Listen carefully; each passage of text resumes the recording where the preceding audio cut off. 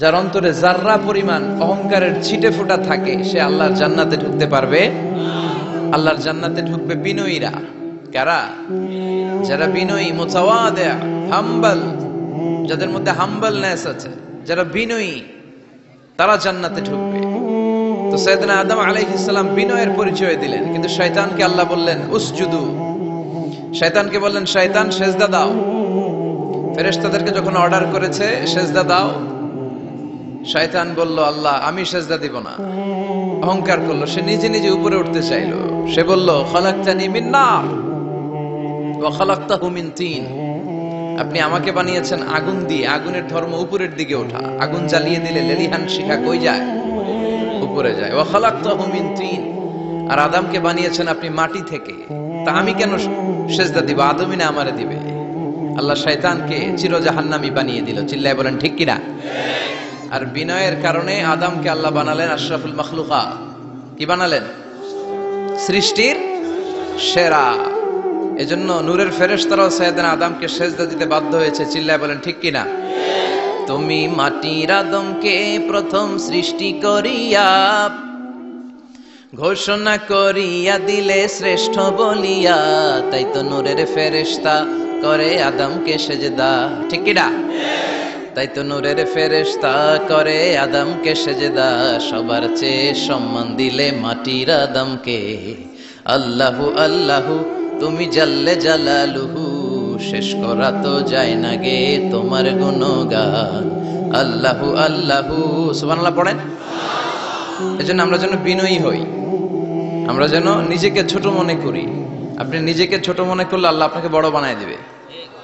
আর যদি নিজেই নিজেকে বলেন আমি বড় আল্লামা, আমি সব জানি, তাহলে আল্লাহ বলবে তোর স্থান হচ্ছে সবচাইতে নিচে। ঠিক কিনা?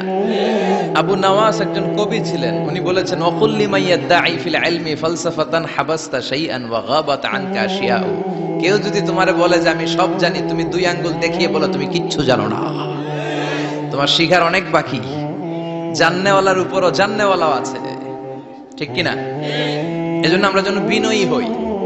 বিনয়, হাম্বলনেস, আরবিতে বলে আত-তাওয়াদু, এটা খুবই জরুরি। এগুলো আমাদের মধ্যে এখন নাই। আমাদের মধ্যে ইগো প্রবলেম আছে না নাই? অহংকার, জেলাসি, অ্যারোগ্যান্স, এগুলো থেকে সম্মানিত ভাইয়ের আমাদেরকে বেরিয়ে আসতে হবে। দেখবেন সমাজে যারা খুবই হাম্বল, বিনয়ী, তাদেরকে সবাই পছন্দ করে। প্রশ্ন করলেন, ইয়া আল্লাহ আল্লিমনি কালিমাতান আযকুরু বিহা ওয়া আদউ বিহা। আল্লাহ আপনি আমারে একটা কালিমা শিখান, একটা জিকির শিখান, যে জিকিরটা দিয়ে শুধু আমি আপনার জিকির করব। এই জিকির কেউ জানবে না, শুধু জানবো আমি আর আপনি। সুবহানাল্লাহ পড়েন। আল্লাহ বললেন ইয়া মূসা ইকরা লা ইলাহা ইল্লাল্লাহ। মূসা তুমি পড়ো লা ইলাহা। মূসা আলাইহিস সালাম বললেন আল্লাহ বলছি এমন জিকির যেটা আমি আর আপনি ছাড়া কেউ জানবে না। লা ইলাহা এটা তো জাতীয় জিকির, এটা তো ইন্টারন্যাশনাল জিকির, এটা তো সবাই জানে।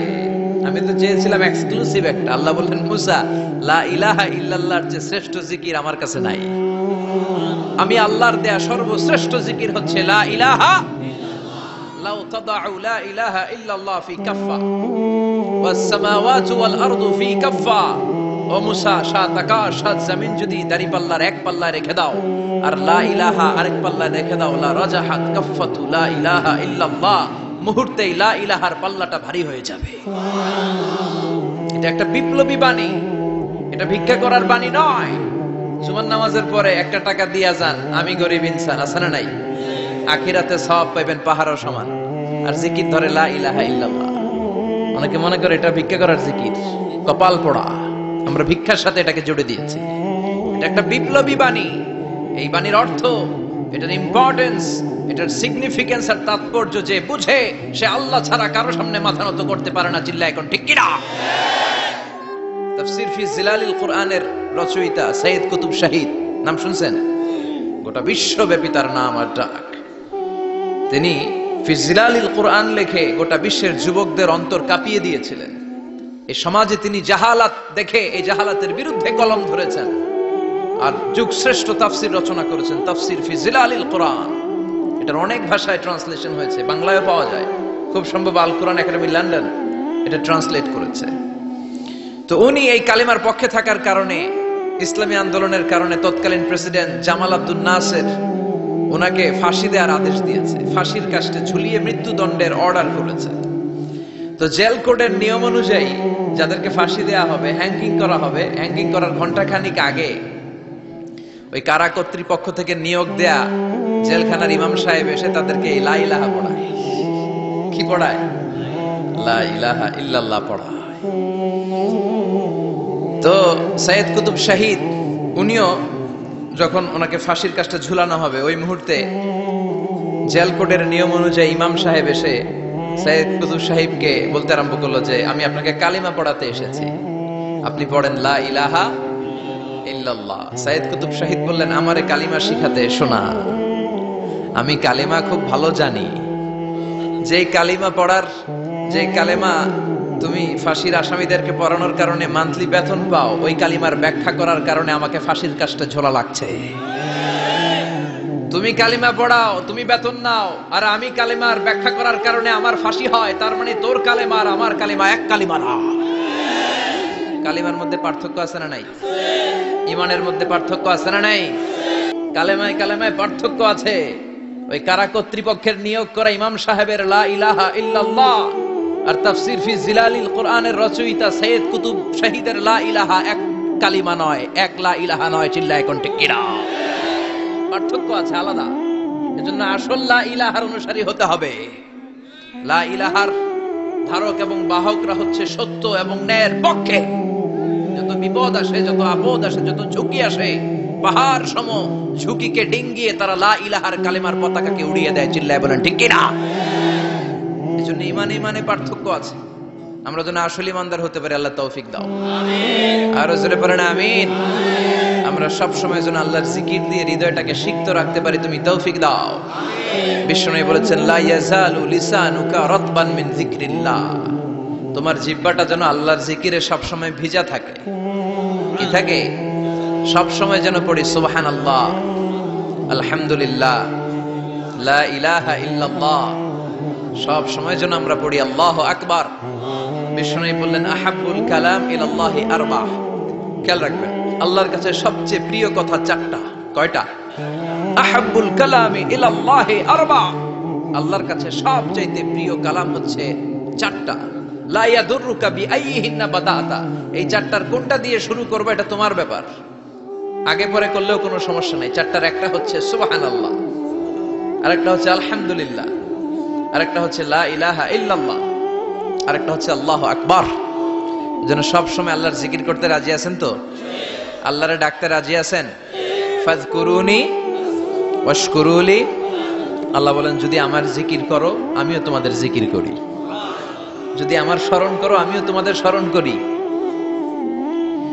আবার বিশ্বনবী বললেন, আল্লাহ ঘোষণা দেন ফাইন যাকারানি ফি নাফসি যাকারতুহু ফি নাফসি।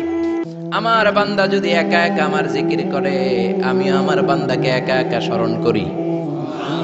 ওয়া ইন যাকারানি ফি মালাইন যাকারতুহু ফি মালাইন খায়রিম মিনহু। আর মহা সম্মেলনে যদি বান্দা আমারে স্মরণ করে আমি এর চাইতে শ্রেষ্ঠ মহা সম্মেলন ফেরেশতাদেরকে নিয়ে আমার বান্দাকে স্মরণ করি। ওয়া ইন তাকাররাবা ইলাইয়া শিবরান তাকাররাবতু ইলাইহি যিরাআন। আমার বান্দা যদি আমার দিকে এক বিঘত আসতে চায় আমি আমার বান্দার দিকে এক হাত এগিয়ে যাই। আমার বান্দা যদি আমার দিকে এক হাত আসতে চায় আমি আমার বান্দার দিকে দুই হাত চলে যাই। ওয়া ইন আতানি ইয়ামশি আতাইতুহু হারওয়ালা। আর আমার বান্দা যদি আমার কাছে হেঁটে হেঁটে আসতে চায় আমি আমার গোলামের দিকে দৌড়ে দৌড়ে যাই। ওই আল্লাহরে বলে কি আমরা মাজারে যে সিজদা দেই, কপাল পোড়া আছে না নাই? দোদেল বান্দা কালমা চোর, না পায় শ্মশান না পায় ঘোর, দিন থাকিতে আয়রে পথে ছাইড়া দে ভণ্ডামি ভণ্ডামি ভণ্ডামি ভণ্ডামি, ছাইড়া দে ভণ্ডামি। ঠিক কি না? এই ভণ্ডামির সাথে আমাদের সম্পর্ক আছে? মাজার পূজার সাথে ইসলামের কোনো সম্পর্ক আছে? নামাজ কালাম পড়ে না ইবলিস শয়তানের নানা, আছে না নাই? এলাকায় মনে হয় নাই, অনেক জায়গায় আছে দেখবেন লাল সালু দিয়ে উঁচু করা। সাইয়েদনা আলীকে মদিনায় বিশ্বনবী পাঠালেন আর বললেন যত উঁচু মাজার দেখো ভেঙে মাটির সাথে গুড়িয়ে দাও। কবরস্থান উঁচু হবে না, কবর হবে সমান, এটাকে সেফটি দেওয়ার জন্য, সিকিউরিটি দেওয়ার জন্য আপনি চারদিকে সিম্পল বেড়া বা দেয়াল দিতে পারেন, যাতে গরু ছাগল যে এই কবরের অসম্মান না করে। আমরা আশরাফুল মাখলুকাত, আমরা বেঁচে থাকলেও যেমনি সম্মান আছে আমাদের, মরে গেলেও সম্মান আছে না নাই? আল্লাহ বললেন ওয়ালাকাদ কাররামনা বানি আদম, আমি বনি আদমের সম্মান বাড়িয়ে দিয়েছি। জীবিত অবস্থায় যেমনি সম্মান, মরে গেলেও সম্মান, ঠিক কি না? বিশ্বনবী দেখলেন একটা লাশ যাচ্ছে, লাশ দেখে নবী দাঁড়িয়ে গেলেন। সাহাবারা বললেন ইয়া রাসূলুল্লাহ ইন্নাহু ইয়াহুদি, এটা ইহুদির লাশ।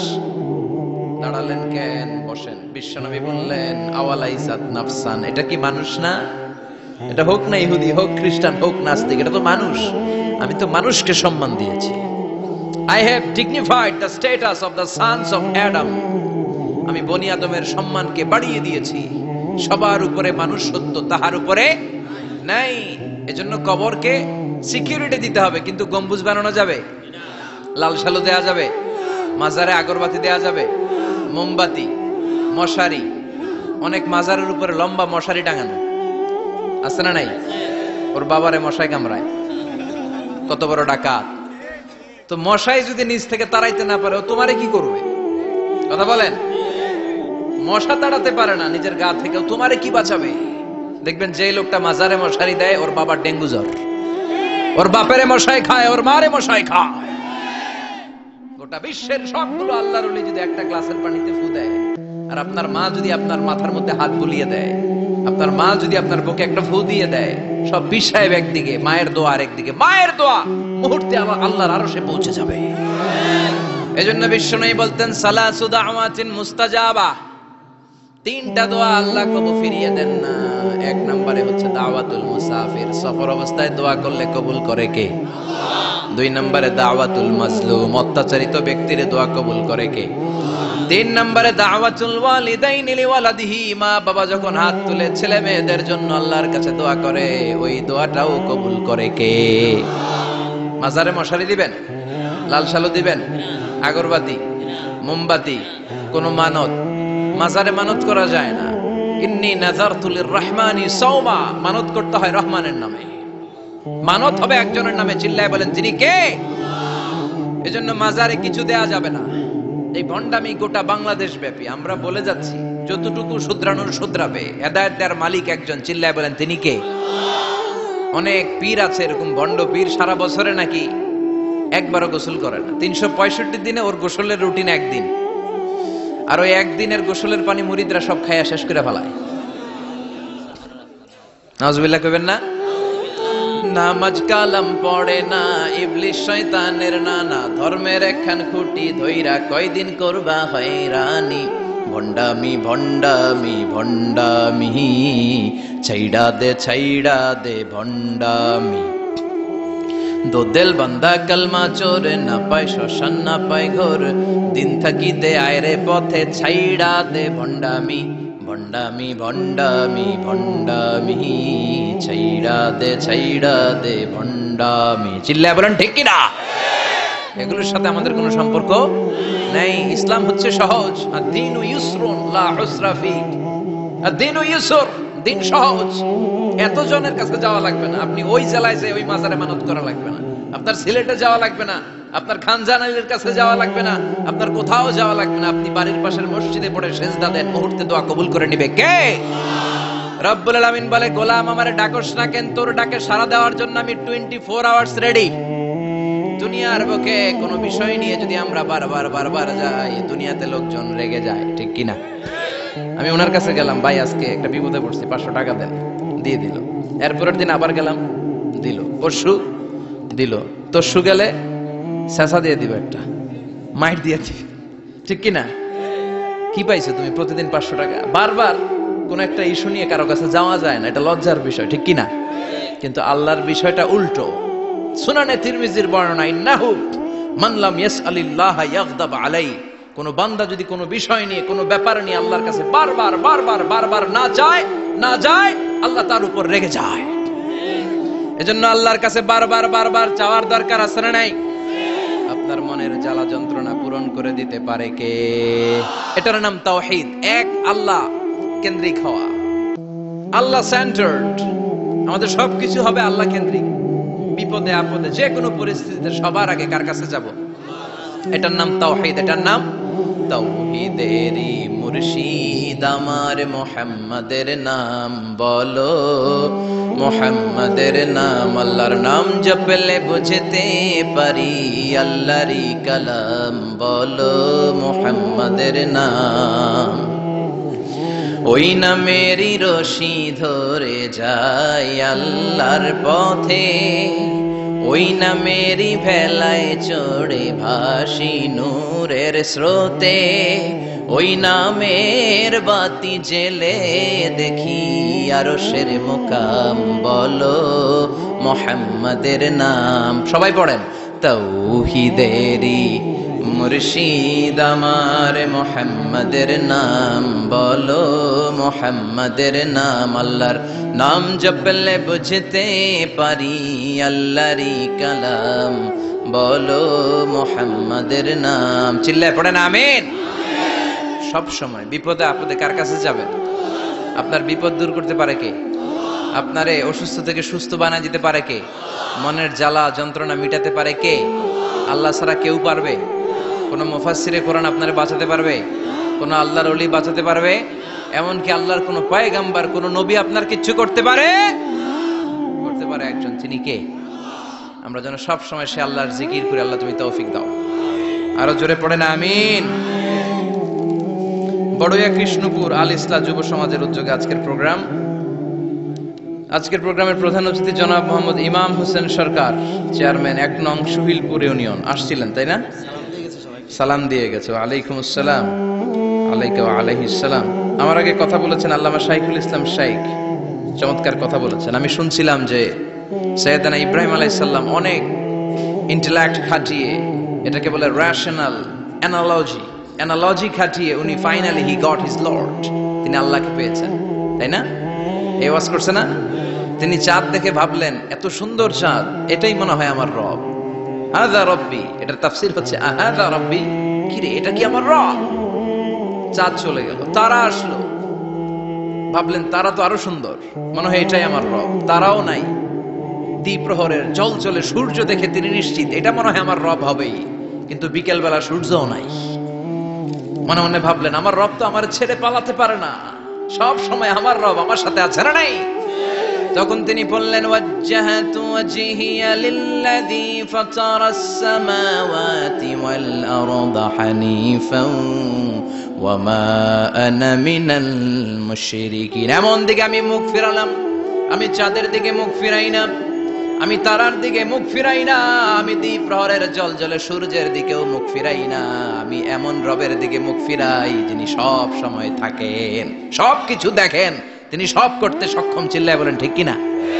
ওমা আনা মিনাল মুশরিকিন, তিনি অ্যানাউন্স করে দিলেন আমি মুশরিক নই, আমি তাওহীদের ধারক এবং বাহক। আমরা যেন তাওহীদের পক্ষে থাকতে পারি, শিরকের বিপক্ষে থাকতে পারি। আল্লাহ তৌফিক দাও। আরো জোরে পড়েন আমিন। আরো অনেক গণ্যমান্য লোকজন এসেছেন। সৌজন্য ছিল মাতৃভূমি হজ কাফেলা। অনেক গণ্যমান্য লোকজন এসেছেন, আমার বাবার বয়সী, আমার নানার বয়সী, যেহেতু আমার নানার শ্বশুর বাড়ি, কোনো না কোনো ভাবে সবাই আত্মীয়, ঠিক কিনা? আল্লাহ সবাইকে কবুল করুন। আসেন আমরা আল্লাহর নামে 3টা তাকবীর পড়ে আমাদের জড়তা, ভীরুতা, লাজুকতা, কাপুরুষতাকে ছেড়ে ফেলে দিয়ে আমরা ঈমানের তেজদীপ্ত বয়ান শুরু করে দেই। আমরা আল্লাহর নামের 3টা তাকবীর পড়ব। প্রথম তাকবীর পড়ব যারা বিবাহিত আছি তারা, দ্বিতীয় পর্যায়ে পড়ব অবিবাহিতরা, তৃতীয় পর্যায়ে সবাই মিলে। রাজি আছেন তো? বিবাহিত কারা কারা আসছেন হাত দেখান আমারে। মাশাআল্লাহ, আসছে অনেক, হাত নামান। অবিবাহিত কারা কারা আসছে দেখি। যারা চালাক আছে 2 হাত করে তুলতেছে, 2 হাত করে তুলছে এরা, 1 হাত করে তুলো। মা এর সব অবিবাহিত, এই দুষ্টগুলা সব একসাথে থাকে। আল্লাহ এদেরকে ইসলামের জন্য তুমি কবুল করো। আমিও যুবকদের ভালোবাসি বেশি, যুবকরাও আমারে ভালোবাসে বেশি। আল্লাহ এই ভালোবাসাগুলো যেন কোরআনের জন্য হয়, ইসলামের জন্য হয়। আল্লাহ এই যুবকদেরকে সাইয়েদনা হামজার মতো কবুল করো, ওমরে ফারুকের মতো ইসলামের সৈনিক হিসেবে কবুল করে নাও। হাত নামান। তো আমি লিল্লাহি তাকবীর বললে বিবাহিতরা প্রথমে পড়বেন আল্লাহু আকবার, দ্বিতীয় পর্যায়ে আমি লিল্লাহি তাকবীর পড়লে অবিবাহিতরা পড়বেন আল্লাহু আকবার, দেখি আমার নানার শ্বশুর বাড়ির এলাকার লোকদের কাদের গলায় জোর বেশি, বিবাহিতদের না অবিবাহিতদের? বড়ুয়া কৃষ্ণপুরে বিবাহিতদেরকে আঞ্চলিক ভাষায় আপনারা কি বলেন? বিয়াইতা। একই, অনেক জায়গায় বলে বিয়াতা। তারপর নোয়াখালীতে না কোন জায়গায় শুনলাম বিতি, বিতি আর আবিতি, এখানে বিয়াইতা আর আবিয়াইতা। তো শুরুতে বিবাহিতরা তাকবীর পড়বেন, শুরুতে বিবাহিতরা রেডি হয়ে যান। আপনারা রেডি? আপনারা প্রথমে তাকবীর পড়েন, লিল্লাহি তাকবীর, মাশাআল্লাহ। এবার অবিবাহিতদের পালা।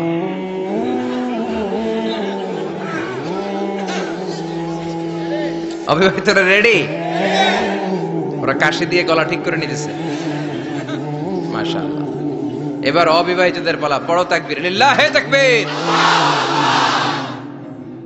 মাশাআল্লাহ মাশাআল্লাহ।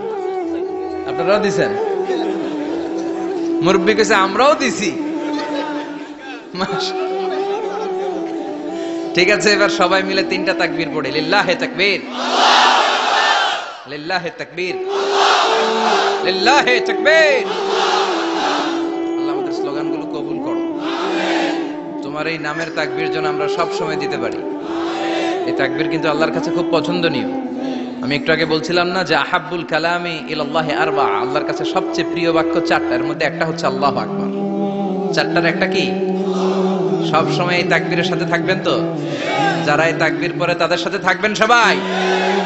আল্লাহ তৌফিক দাও। আমি আমার খুতবার শুরুতে সূরাতুত তাকাসুরের প্রথম 2 আয়াত তেলাওয়াত করেছি।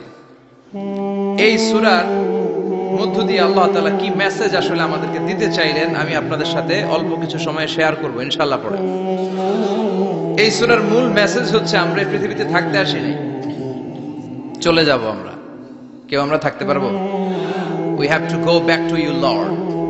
We have to go back to our Lord. আমাদেরকে আমাদের রবের কাছে ফিরে যেতে হবে। নাকি আজীবন থাকবেন? কথা বলেন। চলে যেতে হবে। কখন যে কে চলে যায় তার কোনো ঠিক নাই, হ্যাঁ, কেউ জানি না, কিন্তু এতটুকু জানি যে চলে যাব। গত কয়েকদিন আগে এদেশের আপকামিং একজন ইয়াং স্কলার হুট করে চলে গেলেন। নাম শুনছেন? কি নাম? হ্যাঁ, শাহাদাত ফয়সাল। আমাদের বয়সী বা আমাদের চেয়ে ছোট, আপকামিং মধ্যম পন্থার একজন আলেম ছিল, চলে গেল। অনেক আশা ভরসা ছিল অনেকের তার উপর যে সে he is an upcoming scholar, সে মধ্যমপন্থী। ডক্টর আব্দুল্লাহ জাহাঙ্গীর স্যারের নাম শুনেছেন? ভাল লাগে না কথাগুলো শুনলে? হৃদয়টা ঠান্ডা হয়ে যায়। কারো পক্ষপাতিত্বে যায় না, যেটা হক, যেটা সমাজের জন্য কল্যাণকর সেটার কথা বলে। এই মাঝামাঝি থাকতে পারাটা সবচেয়ে কঠিন, ঠিক কিনা? আল্লাহ বলেছেন ওয়াকাযালিকা জাআলনাকুম উম্মাতান ওয়াসাতান লিতাকুনু শুহাদা আলান নাস, তোমাদেরকে হতে হবে উম্মাতান ওয়াসাতান, মধ্যমপন্থী উম্মত, মাঝামাঝি থাকতে হবে। কিন্তু আমরা এদেশে মার্জিনালাইজ করে ফেলি, বুঝতে পেরেছেন? এক প্রান্তে চলে যাই। যারা চরমনায়ের মুরিদ অন্যদেরকে আর দেখা যাবে না, যারা সরসিনার মুরিদ এরাই সব, অন্যদিকে যাওয়া যাবে না। যারা জামাত ইসলাম অন্যদিকে আর যাওয়া যাবে না। যারা হেফাজতে ইসলাম অন্য কারোর মধ্যে আর হক নাই। যারা আহলে হাদিস এরা তো সব নিয়েই গেছে, সব হক সুন্নাহ এদের কাছে, কারো মুখের কোনো কথা এদের কাছে কোনো দাম নাই। আপনি যত হকের কথা বলেন এদের দলেই নাকি ঢুকতে হবে। তো আমার এই দেশে সুন্নি ভাইরা গালি দেয় আহলে হাদিস বলে, আবার আহলে হাদিসরা আমার গালি দেয় সুন্নি বলে, বুঝতে পেরেছেন? মাঝামাঝি থাকাটা এই বাংলাদেশে খুব কঠিন, কিন্তু আপনাকে মাঝামাঝি থাকতে হবে। আপনাকে ওয়াসাতিয়ার পদ্ধতিতে আসতে হবে, উম্মাতান ওয়াসাতা, মাঝামাঝি। মাঝামাঝি ডানেও না বায়েও না, সিরাতুল মুস্তাকিমে ডান বাম নাই, এটা সোজা। এই রাস্তা একবার যদি উঠে যান এই রাস্তা শেষ হয়ে যাবে জান্নাতুল ফেরদাউসের ভিতরে। চিল্লায় বলেন ঠিক কিনা? এজন্য আমরা যেন মিডল পাথ ধরি, আমরা যেন কট্টর না হই, আমরা যেন মাঝামাঝি হই। আপনি তাবলিগ করতে পারেন, করেন, খুব ভালো। তাবলিগের ভাইদের একটা ভালো গুণ হচ্ছে নিজের খেয়ে নিজের পরে ইসলামের দাওয়াত দেয়, ঠিক কিনা? নিজের টাকা ভেঙে দাওয়াত দিচ্ছে, তো তাদের কারণে অনেকে কালিমা শিখছে, অনেকে নামাজ শিখছে, তাদেরও কন্ট্রিবিউশন আছে না নাই? তো যারা তাবলিগ করেন আপনি মনে করবেন না যে সব হক সব সত্য, শুধু আপনি হকের ডিলার এটা মনে করবেন না। সব সত্য হক এটা আপনার বাবার দাদার, মা চলে গেল, মামা চলে গেল, খালু চলে গেল, এরপর আমাদের টনক নড়ে না, তাই না? পাগল পড়া হয়ে আছে এই পৃথিবীর জন্য। মরতে যে হবে এটা ভাববার সময়টুকু আমাদের নেই। আমরা ব্যস্ত আমাদের ক্যারিয়ার নিয়ে, আমাদের লাইফ নিয়ে, আমাদের সমাজ নিয়ে, আমাদের ফ্যামিলি নিয়ে, আমাদের সন্তান আর সম্পদ নিয়ে আমরা super busy. We are leading a very super busy life. We don't have even a single time to think about death. মৃত্যু নিয়ে ভাবার একটা মুহূর্ত আমাদের নাই। কিন্তু পৃথিবীর সবচেয়ে সুনিশ্চিত বিষয় হচ্ছে মৃত্যু, ঠিক কিনা? The most certain thing in our life is death. আমাদের জীবনের সবচাইতে সুনিশ্চিত বিষয় হচ্ছে মরণ, মরবই আমরা। And the most uncertain thing in our life is the time of death. আর আমাদের জীবনের সবচেয়ে অনিশ্চিত বিষয় হচ্ছে মৃত্যুর সময়। আমরা জানি না। মরবো যে এটা জানি, জানেন না? কিন্তু কখন মরবো এটা জানি? এই সূরাটা আপনারে এই জিনিসটা জানান দিতে এসেছে যে দুনিয়ার সম্পদ, লোভ, লালসা এগুলো নিয়ে পড়ে থেকো না। এই যে আমাদের ফ্যামিলি, আমাদের বাচ্চা কাচ্চা, আমাদের এত টাকা পয়সার হিসেব, মাস শেষে বাড়ি ভাড়া, গ্যাসের বিল, এইটা সেটা, আপনি কি মনে করছেন যে আপনি চলে গেলে এগুলো থেমে থাকবে? কিছুই থেমে থাকবে না, সব চলবে আগের মতো, থাকবেন না আপনি। এজন্য শাহাদাত ফয়সাল ওনার ফেসবুকে সর্বশেষে লিখে গিয়েছিল, আমি হীন দুনিয়া, মানে এমন দুনিয়া যেটাতে আমি নাই। সব চলে, সকাল গড়িয়ে বিকেল হয়, শীত শেষে গ্রীষ্ম আসে, দিন শেষে রাত নামে, সব চলে, নাই শুধু আমি। চিল্লায় বলেন ঠিক কিনা?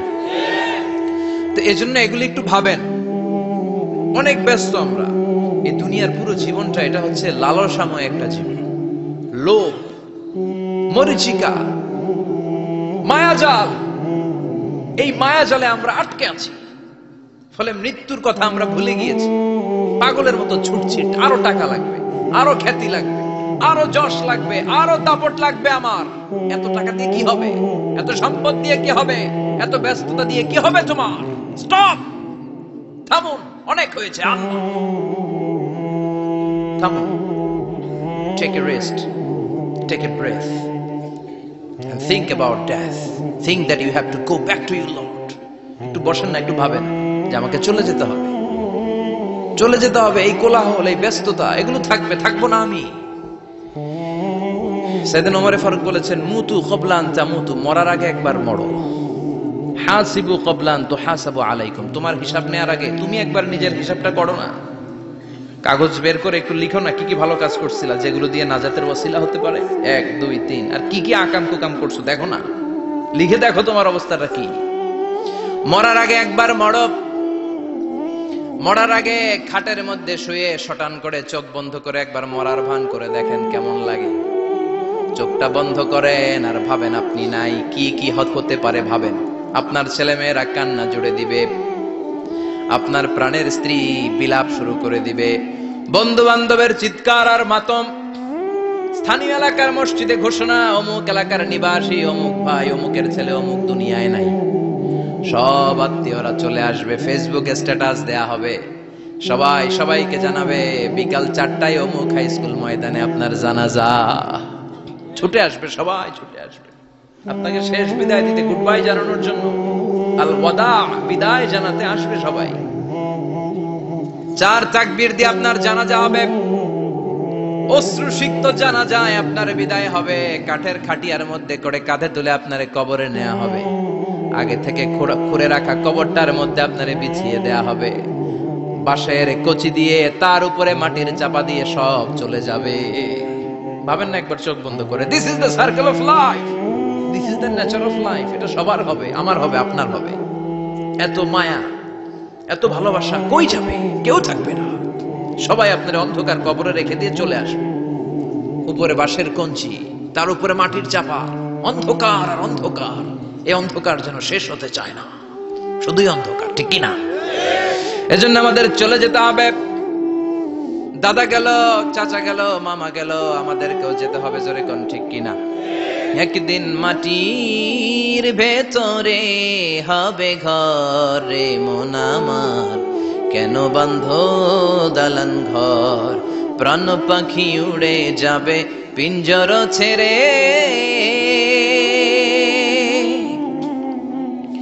ধরা ধামে সবই রবে, তুমি যাবে চলে। বন্ধু বান্ধব যত, মাতা পিতা দ্বারা সুত তো সবই হবে তোমার পরে, মন আমার কেন বাঁধ দালান ঘর, একদিন মাটির ভেতরে হবে ঘর রে, মন আমার কেন বাঁধ দালান ঘর। ঠিক কিনা? সব করে থাকবে, চলে যেতে হবে আমাদেরকে। এজন্য আখিরাতের কথা যেন আমাদের স্মরণ হয়। বিষ্ণুই বলতেন, নাহাইতুকুম আন জিয়ারাতিল কুবুর, আমি তোমাদেরকে কবর জিয়ারত করতে আগে নিষেধ করতাম, কিন্তু এখন নিষেধাজ্ঞা প্রত্যাহার করে নিলাম। এখন সব সময় তোমরা কবরের সামনে যাবা আর জিয়ারত করবা। কবরস্থানে জানতো বড়ুয়া কৃষ্ণপুরের এই গ্রামের কবরস্থান আছে কোন দিকে? পূর্ব দিকে আছে, গোখরার জলের ওদিকে। যান আপনারা, একটু যাবেন, একটু গেলে আখিরাতের কথাটা স্মরণ হবে। ওখানে ছোট শিশুরা শুয়ে আছে, কিশোর যুবকরা আছে, আপনার মতো তাগড়া যুবক, মুরব্বীরা আছে। এরা এই এলাকায় থাকতো, এরা আকাশ থেকে নেমে আসে না, এই এলাকার সন্তান আজ নাই। একটা সার্টেন পিরিয়ড শেষে আপনিও থাকবেন না। This is the nature of life, this is the circle of life. ছোট্ট শিশু হয়ে এসেছিলেন, শৈশব, কৈশোর, যৌবন, প্রৌঢ়ত্ব। আগে ছিলেন সিঙ্গেল, বিয়ে করে হয়ে গেলেন ডবল। এরপরে আল্লাহ আপনাকে একটা মেয়ে দিল, এরপরে মেয়েকে বিয়ে দিয়ে শ্বশুর হলেন, এরপরে ওই মেয়ের ঘরে সন্তান হতে নানা হলেন। আর কতদিন? অনেক দিন হলো তো, অনেক লম্বা সময় পেয়েছেন আপনি। Think about death. এবার যাওয়ার কথা ভাবেন, আখিরাতের সামানের কথা ভাবেন, ফিরে যেতে হবে। কি শক্তিশালী যুবক, বার্ধক্য চলে আসলে লাঠি ছাড়া চলতে পারে না।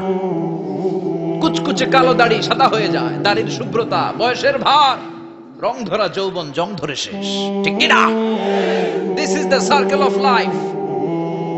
যুবক ভাইরা, এটাই জীবন, চলে যেতে হবে, কেউ থাকতে পারবে না। ঠিক কিনা? এটা রিমাইন্ডার আল্লাহ এই সূরার ভেতরে দিয়েছেন যে তোমাদেরকে ফিরে যেতে হবে। এই লোভ লালসা ছেড়ে দাও। রব্বুল আলামিন বলেন, আলহাকুমুত তাকাসুর হাত্তা যুরতুমুল মাকাবির। ও গোলাম, দুনিয়ার সম্পদ, লোভ লালসা তোদেরকে পাগল বানিয়ে দিয়েছে। এই লোভ পাগলামি কোনোদিন তোদের থামবে না যতদিন না তোরা কবরে ঢুকবি। ঠিক কিনা? কার কথা? আল্লাহ বললেন, দুনিয়ার সম্পদ আর লোভ আর মোহে তোমরা গাফেল হয়ে গিয়েছো। আখিরাতের কথা বেমালুম তোমরা ভুলে গিয়েছো। কিন্তু আখিরাতে তোমাদের যেতেই হবে, কবরের বাড়িতে তোমাদের ঢুকতেই হবে। ঠিক কিনা? যেতেই হবে। আমরা ভুলে যাই। আলহাকুমুত তাকাসুর, অতিরিক্ত পাওয়ার লোভ, বেশি বেশি খাওয়ার লোভ, বেশি বেশি জমানোর লোভ মানুষকে গাফেল বানিয়ে দিয়েছে। এটা মানুষের স্বভাব। আরো চাই, আরো চাই, এই স্বভাবটা আছে না নাই? দেখবেন ছোট বাচ্চারা মসজিদের দোয়া অনুষ্ঠান শেষে জিলাপি দেয় না? বড়ুয়া কৃষ্ণপুর কি দেয়? আগে বাতাসা দিত না, এখন কি দেয়? জিলাপি দেয়, মিষ্টি দেয়। তো মসজিদের 2-3 গেট থেকে যদি দেয়, ছোট বাচ্চারা দেখবেন এদিক দিয়ে কয়েকটা নিয়ে আবার ওই গেটে লাইন ধরে। ওর হাত হলো ছোট হাত, ওর হাত ভর্তি জিলাপি, আর নেওয়ার জায়গা নেই, এরপর আরেক জায়গায় লাইন ধরছে। আরো লাগবে, আরো লাগবে, এই আরো আরো আরো চাই। এই স্বভাবটাই মানুষকে কুড়ে কুড়ে শেষ করে দিয়েছে। এত লাগবে কেন তোমার? চাহিদার কোনো শেষ নাই। Unlimited demand of human being. যার আছে বেশি তার চাই বেশি। যার সাইকেল আছে তার হুন্ডা চাই, হুন্ডা আছে তো প্রাইভেট কার চাই, প্রাইভেট কার আছে তো প্লেন চাই, প্লেন আছে তো হেলিকপ্টার চাই, হেলিকপ্টার আছে তো ওইটা চাই, ওইটা আছে তো সেটা চাই। ঠিক কিনা? এলাকার মেম্বার যে হয়েছে চেয়ারম্যান হতে চায়, আছে না নাই? চেয়ারম্যান সাহেব এমপি হতে চায়, আছে না নাই? এমপি সাহেব মন্ত্রী হতে চায়, আছে না নাই? মন্ত্রী সাহেব প্রধানমন্ত্রী হতে চায়, আছে না নাই? কিন্তু এই দেশে সুযোগ নাই। কথা কন। এই দেশে প্রধানমন্ত্রী সিলেক্টেড। 2-3 জনের বাইরে কেউ প্রধানমন্ত্রী হইতে পারবি না। ঠিক কিনা? আমার এই জীবনে তো আমি 2-3 জনই দেখলাম। বেগম খালেদা জিয়া, মাননীয় প্রধানমন্ত্রী শেখ হাসিনার ছোট্টবেলা দেখেছি এরশাদকে। আমরা তখন ছোট। তো মানুষের চাহিদার কোনো শেষ নাই। যার আছে বেশি তার চাই বেশি। এজন্য বিষ্ণু বলেছেন, উনজুরু ইলা মান হুয়া আসফালা মিন, তোমার চেয়ে যে খারাপ আছে ওর দিকে তাকাও। ওয়ালা তানজুর মান হুয়া আ'লা মিন, তোমার চেয়ে যে ভালো আছে ওর দিকে তাকায়ও না। তোমার চেয়ে যে খারাপ অবস্থানে আছে ওর দিকে তাকাও। অনেকে নিজের অবস্থান নিয়ে সুখী না, এরকম আছে না নাই? আল্লাহ আমার এটা দিল না রে, ওইটা দিল না রে, পাইলাম না রে, কিচ্ছু হয় না, কি করব জীবনে, হতাশ। আসলে আছে কিন্তু অনেক, কিন্তু শুকরিয়া নাই, টাকা ঠিক কিনা? নিজের অবস্থান নিয়ে সুখী না, কিন্তু অনেক লোক আছে তারা আপনার অবস্থানে পৌঁছতে চায়। তাদের দিকে তাকিয়ে দেখেন, আপনি যে অবস্থানে আছেন এই অবস্থানে পৌঁছাটা অনেকের কাছে স্বপ্ন। তারা প্রতিনিয়ত সংগ্রাম আর স্ট্রাগল করে যাচ্ছে আপনার অবস্থানে পৌঁছতে, আর আপনি এটা নিয়ে সন্তুষ্ট না। শেখ সাদির নাম শুনেছেন? বালাগাল উলা কাশাফাত দুজা, এই কবিতাটার রচয়িতা, ইরানের বিখ্যাত এক কবি। উনি একবার আর্থিক সমস্যার মধ্যে দিয়ে সময় কাটাচ্ছেন, টাকা নাই, পয়সা নাই, পায়ে দেওয়ার মতো জুতা নাই। উনি খুব দুঃখ পেলেন, হায় রে, আমি ইরানের এত বড় কবি, আমার পায়ে দেওয়ার মতো জুতা নাই। দুঃখ ভরা মন নিয়ে রাস্তায় হাঁটতে বেরোলেন। হাঁটতে হাঁটতে হঠাৎ দেখলেন একটা লোক শুয়ে শুয়ে কাঁদছে, ওই লোকটার দুইটা পাই নাই, পাই নাই। উনি সেজদায় পড়ে গেলেন, আল্লাহর কাছে ক্ষমা চাইলেন, আল্লাহ অনেক দিয়েছো, শুকর আলহামদুলিল্লাহ। এজন্য যেই পরিস্থিতিতেই থাকি না কেন আমরা কি পড়বো? জোরে বলেন, কি পড়বো? এজন্য আল কানাতু মিনাল ইসলাম, অল্পে তুষ্ট থাকার নাম হলো ইসলাম। সম্পদ লাগবে কিন্তু সম্পদের পাহাড় লাগবে না, ঠিক কি না? অল্প খান, অল্প পড়েন, অল্প জামান, অল্পের ভেতরে বরকত ঢুকায়া দিছে কে? দেখবেন যাদের সম্পদ অল্প তারা সুখী বেশি। জরিপে এটা দেখা গিয়েছে, অনেক সার্ভেতে এটা এসেছে, যারা সম্পদশালী এরা দুঃখী বেশি, এদের দুঃখ বেশি, টেনশন বেশি। খুব স্বাভাবিক, টাকা যার বেশি রোগ তার বেশি, টাকা যার বেশি টেনশন তার বেশি, টাকা যার বেশি ঘরে শান্তি তার কম। আছে না নাই? ঘরের ভেতরে অশান্তি, ছেলে কথা শোনে না, ছেলে টানে গাঞ্জা, মেয়ে করে পরকিয়া। আছে না নাই? স্ত্রী কথা শোনে না, ভালোবাসা নাই, ঘরটা জাহান্নামের টুকরা। রোগ বালাই, এক একটা হসপিটাল বিল পরিশোধ করতে মাসে 5 লাখ 10 লাখ। আছে না নাই? কিছু খেতে পারে না, ডাক্তার একেবারে ডায়েট মেনু বেঁধে দিয়েছে। ডায়েট, ভেরি ডায়েট মেনু, এটা এটা এটা এটা কিছুই খাবেন না, শুধু গরু খাবেন না, খাসি খাবেন না, চিংড়ি খাবেন না, খালি ঘাস খাবেন। ইচ্ছে মতো ঘাস খাবেন, মানে ঘাস জাতীয় যত আইটেম আছে সব খাবেন। শাক খাবেন, সবজি খাবেন, সালাদ খাবেন। গরু, চিংড়ি, মুরগি, গোশত, ইলিশ কিছু খেতে পারে না। তাহলে রোগ বেশি, খাওয়ার মজা নাই, ঘরে সাংসারিক শান্তি নাই, খালি ব্যারাম আর ব্যারাম, ঠিক কিনা? কিন্তু সম্পদের পাহাড় ঘটেছে। আর অল্প যারা খায়, অল্প পড়ে, রিক্সাওয়ালা, কুলিওয়ালা, অল্প বেতনের চাকরি, কিন্তু হক হালালি মেনে চলে, দেখবেন শান্তি আছে অনেক। হ্যাঁ, বাসা ভাড়া দেয়, ফ্যামিলি চালায়, বাচ্চাদের স্কুল বিল, এরপরও মাস শেষে 1-2 হাজার টাকা হাতে থেকে যায়। আর ওর প্রতি মাসে 10 কোটি টাকা ইনকাম, তারপরও ব্যাংকের ঋণ আছে না নাই? সুখ কারে বলে? কিভাবে আপনি সুখকে ডিফাইন করবেন? সুখ তো টাকায় কিনা যায় না, শান্তি টাকা দিয়ে হয় না, শান্তি দেওয়ার মালিককে। শান্তি আছে অল্প খেয়ে শুকর করার মধ্যে, শান্তি আছে আলহামদুলিল্লাহর মধ্যে। চিল্লায় বলেন ঠিক কিনা? এজন্য অল্প খাবো, অল্প পড়বো, অল্প জামাবো, অল্পের ভেতরে বরকত দিয়েছে কে? দেখেন, ধনী ভাইরা খেতে পারে না, কিন্তু রিকশালার কি সমস্যা হয়? রিকশালারা সব খেতে পারে। কুলিওয়ালা, দিনমজুর, এরা একেবারে স্লিম, সুঠাম দেহি, মেদহীন পেট, পেটে কোনো মেদ নাই, ভুড়ি নাই। আর কুটিপতিদের মেদ আছে না নাই? এত বড় বড় পেট, ঠিক কিনা? আমাদেরও পেট আছে, তবে হালাল পেট। এটা হারাম টাকা দিয়ে এই ভুড়ি বানাই নাই আমরা। চিল্লায় বলেন ঠিক কিনা? রিকশাওয়ালা, কুলিওয়ালা নিজেও নামাজ পড়ে, বউও নামাজ পড়ে, বাচ্চাটাও নামাজ পড়ে, রিকশা চালায় আর জিকির করে লা ইলাহা।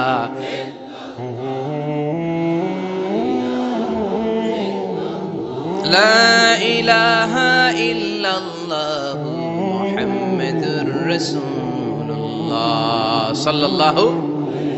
সুখ আর শান্তি, তাদের ঘরে সুখ। ধনী, কোটিপতি, ভিআইপি, সিআইপিস, এদের রাতে ঘুম নাই। 1 ঘন্টা ঘুমানোর জন্য 4টা ট্যাবলেট খাওয়া লাগে, এরকম আছে না নাই? কিন্তু ঘুমের জন্য যে ট্যাবলেট খাওয়া লাগে রিকশাওয়ালা এটা জানেই না। ওর যেখানে রাইত ওইখানেই, ওর মাথা বিছনায় লাগতে দেরি, ওর ঘুম আসতে দেরি হয়। ওর ঘুমে নাকের ডাকের আওয়াজে ট্রাকের ইঞ্জিনও ফেল। সুবহানাল্লাহ পড়ে। এজন্য অনেক বেশি সম্পদের পাহাড় করা লাগবে, এই চিন্তা যেন আমাদের মাথায় না আসে। চিল্লায় বলেন ঠিক কিনা? এজন্য রব্বুল আলামিন বলেন আল্হাকুমুত তাকাসুর হাত্তা যুরতুমুল মাকাবির। বেশি বেশি সম্পদ উপার্জনের আকাঙ্ক্ষা তোমাদেরকে আখিরাত থেকে গাফেল বানিয়েছে। এই গাফলতি কশিন কালেও তোমাদের কমবে না যতক্ষণ না তোমরা কবরে ঢুকবা। হাত্তা যুরতুমুল মাকাবির, মাকবারাতুনের প্লুরাল মাকাবির, যতক্ষণ না কবরে না ঢুকবা, কবরস্থান তোমার আবাসস্থল না হবে, ততক্ষণ পর্যন্ত এই চাই চাই মানসিকতা কমবে। মানুষের স্বভাব হলো আরো চাই, আরো চাই, আরো চাই করে ফকিরের আকারা। আল্লাহ গালি দিয়ে বললেন তোরা সব ফকিরনি, তোরা কি? ইয়া আইয়ুহান নাসু আনতুমুল ফুকারাউ ইলাল্লাহ ওয়াল্লাহু হুয়াল গানিয়ুল হামিদ। সুবহানাল্লাহ পড়েন। আল্লাহ ডেকে বললেন গোলাম আনতুমুল ফুকারা ইলাল্লাহ, তোমরা সবাই ফকির, ধনী হলো একজন, তিনি কে? আল্লাহ শুধু ধনী, আর মানুষের স্বভাব হচ্ছে আরো চাই, আরো চাই। ওর 2 তলা বিল্ডিং, আমার 3 তলা লাগবে। ওর 2টা গাড়ি আছে, আমার 3টা লাগবে। আছে না নাই? বিশ্বনবী বললেন কিয়ামতের আগ দিয়ে মানুষের মধ্যে আকাঙ্ক্ষায় প্রতিযোগিতা বেড়ে যাবে, প্রতিযোগিতামূলক টেন্ডেন্সি। কার চেয়ে কে বড় হতে পারে, কার চেয়ে কে বেশি টাকার পাহাড় বানাতে পারে। আছে না নাই? বিশ্বনবী বললেন ওয়া আনতারাল হুফাতাল উরাতাল আলাতা রিয়া আশ-শাইয়াতা তাওয়ালুনা ফিল বুনিয়ান। কিয়ামতের আগে এমন কিছু লোক যাদের গায়ে দেওয়ার মতো জামা ছিল না, পায়ে দেওয়ার মতো জুতা ছিল না, পেটে দেওয়ার মতো খাবার ছিল না, সমাজের কেউ তাদেরকে চিনত না। হঠাৎ করে এই লোকগুলো ধনী হয়ে যাবে।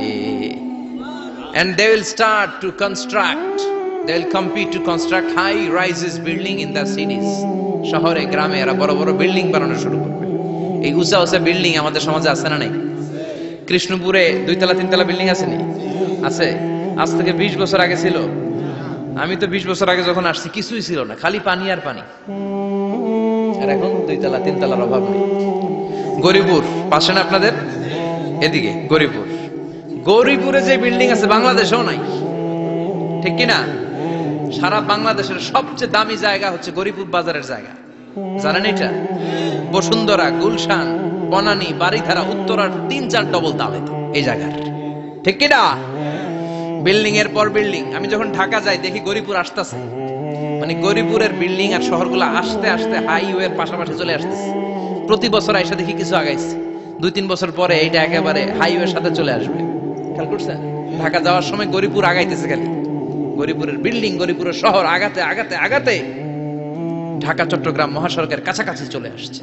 এই যে বিল্ডিং বানানোর প্রতিযোগিতা, কুমিল্লা শহরে আজ থেকে 20-25 বছর আগে 5 তলা 6 তলা একটা বিল্ডিং ছিল না, এখন 10 তলা 20 তলা। আছে না নাই? ঢাকায় আজ থেকে 20 বছর আগে 10 তলা বিল্ডিং খুঁজে পাইতেন আপনি? নাই। গোটা বিশ্বব্যাপী এখন টাওয়ার বানানোর প্রতিযোগিতা। বিশ্বনবী বললেন এদের কোনো টাকা ছিল না। পৃথিবীর সবচেয়ে বড় টাওয়ার এখন আরব দেশে, এদের কোনো টাকা ছিল না। আরব দেশের সৌদি আরব, কাতার, কুয়েত, বাহরাইন এখন স্বর্ণ আর তেলের খনি পেয়ে আল্লাহরে ভুলে যায়। এদের খাওয়ার মতো কিছু ছিল না। এদেরকে আমার দাদারে শুনতাম বলতো কাবলিওয়ালা, বলতো কি বলতো? এদেশে আসতো জায়নামাজ, তসবিহ ছড়া, খেজুর টেজুর বিক্রি করার জন্য। এরা জেলে পাড়ার লোক ছিল। আরব সাগরের তীরবর্তী এলাকার মানুষ, সাগরের মাছ মেরে এরা জীবন ধারণ করতো। আল্লাহ এদেরকে তেলের খনি দিলেন, গ্যাসের খনি দিলেন, এখন তারা বড় বড় টাওয়ার বানায়। আছে না নাই? বুর্জ আল খলিফা, কি উঁচা বিল্ডিং, 828 মিটার উঁচু। জেদ্দা আছে 1000 মিটার উঁচু কিংডম টাওয়ার। তাইওয়ানে আছে তাইপেডাং টাওয়ার 101 তলা। মালয়েশিয়া আছে পেট্রোনাস টুইন টাওয়ার 88 তলা। চায়নাতে আছে সাংহাই টাওয়ার, একটার পর একটা টাওয়ার। প্রতি বছর অ্যানাউন্স করতেছে যে ওদেরটার চেয়ে আমাদেরটা বড় বানাও। কাতার কয় ওরা বানাইলে আমরা পারবো না কেন, আমরা বানাবো আরো বড়। আছে না নাই? শাগালাত কুমুত তাকাসুর, যে আরো লাগবে, আরো বড় হতে হবে, এই টেন্ডেন্সি মানুষকে আখিরাত থেকে একেবারে গাফেল বানিয়ে দিয়েছে। চিল্লায় বলেন ঠিক কিনা? টাকার পাহাড় বানাতে চায়, দরকার থাকলেও চায়, না দরকার থাকলেও চায়। বর্তমান পৃথিবীর সবচেয়ে ধনী লোকটার নাম জানেন? কি নাম? হ্যাঁ, বিল গেটস। ওর যে কত টাকা ও নিজেও জানে না। ওর পকেট থেকে যদি $100 একটা বান্ডিল পড়ে যায়, এটা তুলতে ওর যত সময় লাগবে, ও না তুলে যদি হেঁটে যে আইডিয়া নিয়ে হাঁটতেছিল ওইটা নিয়ে হাঁটে, ওদিকে আরো বেশি ইনকাম হয়ে যাবে। এত টাকা তার, এটা তোলার সময় তো তার নাই। ওয়ারেন বাফেট নাম শুনছেন? হাজার হাজার কোটি ডলারের মালিক। Prince Walid bin Talal, Saudi ধনকুবের নাম শুনেছেন? ওর একটা বিমান আছে, প্রাইভেট জেট প্লেন। এই বিমানটার 70% মেড অফ গোল্ড। বিমানের 70% স্বর্ণ দিয়ে বানানো। গত কয়েক বছর আগে আমি ব্রুনাই গিয়েছিলাম। ব্রুনাইয়ের সুলতানের নাম হাসান আল বালখিয়া। উনি একটা প্যালেস আরবিতে বলে কাসার, মানে হচ্ছে রাজপ্রাসাদ। পৃথিবীর সবচাইতে বড় রাজপ্রাসাদ ব্রুনাইতে বান্দার সিটি বেগাওয়ানে অবস্থিত। আমি গিয়েছি ওখানে। প্রায় 1800 থেকে 2000 কক্ষ আছে ওই প্যালেসে, রাজপ্রাসাদে। ওই রাজপ্রাসাদের টয়লেটের কমোড গুলো মেড অফ গোল্ড, স্বর্ণ দিয়ে বানানো। আযুবিল্লাহ পড়বেন না? এই হাসান আল বালখিয়া নিজে বিমান চালায়। ওর সংগ্রহে 500টা রোলস রয়েস লাক্সারিয়াস কার আছে। 500 রোলস রয়েস। গুগল ইউটিউব যারা করেন সার্চ দিয়ে দেখবেন ওর কি পরিমাণে গাড়ি। রোলস রয়েস গাড়ি হচ্ছে one of the luxurious car in the world. Car ব্র্যান্ডের মধ্যে যত দামি কার ব্র্যান্ড আছে এর মধ্যে রোলস রয়েস একটা, যেগুলোর দাম কমসে কম এদেশের টাকায় 8 কোটি থেকে 10 কোটি টাকা। আচ্ছা বলেন, এই গাড়িগুলো যারা হাই প্রোফাইলের ভিআইপিস, তারা ফ্যামিলির সবাইকেও যদি একটা করে গাড়ি দেয়, একজনের কয়টা গাড়ি দরকার? 5টা, 10টা, 20টা। ধরলাম যে 20টা গাড়ি লাগবে ওনার। 500 গাড়ি দিয়ে উনি কি করবে? তার সংগ্রহে 500টা রোলস রয়েস। স্বর্ণেরও গাড়ি আছে, তার স্বর্ণের পালঙ্ক আছে, আমি দেখে এসেছি। পোরশে, ফারারে, লাম্বরগিনি, এই টাইপের যে ব্র্যান্ড গুলো আছে, অভাব নাই। তার মানে আছে, যার বেশি চায় তত বেশি। চিৎকার করে বলেন ঠিক কি না? এজন্য আল্লাহ বললেন আলহাকুমুত তাকাসুরু হাত্তা যুরতুমুল মাকাবির। দুনিয়ার লোভ তোমাদেরকে আখিরাত থেকে গাফেল বানিয়ে দিয়েছে। দুনিয়ার লোভ লালসার মধ্যে পড়ে আখিরাতকে বেমালুম তোমরা ভুলে গিয়েছো। এই গাফলতি কোনোদিন কমবে না যতদিন না তোমরা কবরে ঢুকো। ঠিক কি না? সম্পদ উপার্জনে ইসলাম বাধা দেয় না, কিন্তু সম্পদ হৃদয়ে স্থান দেয়া যাবে না। সম্পদ উপার্জন করতে হবে, খরচ করে ফেলতে হবে। বেশি সম্পদশালী হতে হলে আল্লাহর সন্তুষ্টির জন্য যাকাত দিতে হবে। কে দিতে হবে? দে যাকাত তোরা দে রে যাকাত, তোর দিল খুলবে পরে আগে খোলো খাত। দে যাকাত তোরা দে রে যাকাত। ঠিক কি না? দিল পরে খুলবে, আগে হাত খোলেন। হাত খুললে দেখবেন দিলটারে খুলে দিয়েছে কে? সাইয়েদনা মুসা আলাইহিস সালামের জামানায় ওনার চাচাতো ভাই ছিল মিশরের সবচাইতে বড় ধনী, যাকাত দেয় নাই। তার কি করুণ পরিণতি হয়েছে কোরআনে আছে না নাই? এত সম্পদ ছিল, তার সম্পদগুলো সে সিন্ধুকে আটকে রাখতো। আর এই সিন্ধুকের চাবিগুলো আলগানোর জন্য, কাঁধে নেওয়ার জন্য 10 জন লোক লাগতো। সিন্ধুক কাঁধে নেওয়ার জন্য, সিন্ধুকের চাবির গোছা কাঁধে নেওয়ার জন্য কয়জন? তাহলে কি পরিমাণ সম্পদ ছিল? সাইয়েদনা মুসা বললেন, সম্পদের মালিক তুই হস নাই, আল্লাহ বানাইছে। কারণ বলে ইন্নামা উতিতুহু আলা ইলমিন ইনদি, আল্লাহ আমারে সম্পদ দেয় নাই, আমি আমার মেধা খাটিয়ে সম্পদ বানিয়েছি। যাকাত আমি দেব না। মুসা বললেন তাহলে আযাবে পড়বি, কারণ কই পারলে আযাবানো। আল্লাহ বললেন ফাখাসাফনা বিহি ওয়া বিদারহিল আরদ, ও মুসা নিরাপদ দূরত্বে চলে যাও, এখনই ভয়ঙ্কর ভূমিকম্প হবে, আযাব দেব। কারণ সহ কারণের সব সম্পদ আমি জমিনের ভেতরে ঢুকায়া দেব। আমি নিজে কারণের বাড়ি দেখে এসেছি। মিশরের রাজধানী কায়রো থেকে প্রায় 150 কিলো দূর একটা জেলা আছে, ফায়ুম জেলা। ওইখানে কারুনকে আল্লাহ তার সব সম্পত্তি সব মাটিতে দাবিয়ে দিয়েছেন। দাবাতে দাবাতে হাঁটু পর্যন্ত যখন কারুন জমিনে দেবে যায়, ভাবছে উঠে যাবে। কোমর পর্যন্ত যখন মাটির মধ্যে দেবে যায়, ভাবছে উঠতে পারবে। গলা পর্যন্ত যখন দেবে যায়, হাত তুইলা কয় আমি ঈমান আনলাম। ও মুসা, সব সম্পদ তোর, আর তোর আল্লাহর লইয়া যা, খালি আমারে বাঁচা, আমারে। সব গাদ্দারদের একই পরিণতি। ফেরাউনরেও যখন আল্লাহ লোহিত সাগরে পানি খাওয়াতে খাওয়াতে পেটটা এত বড়, হাত তুইলা কয় আনা মিনাল মুসলিমিন, আমি মুসলমান, আমি ভালো মানুষ।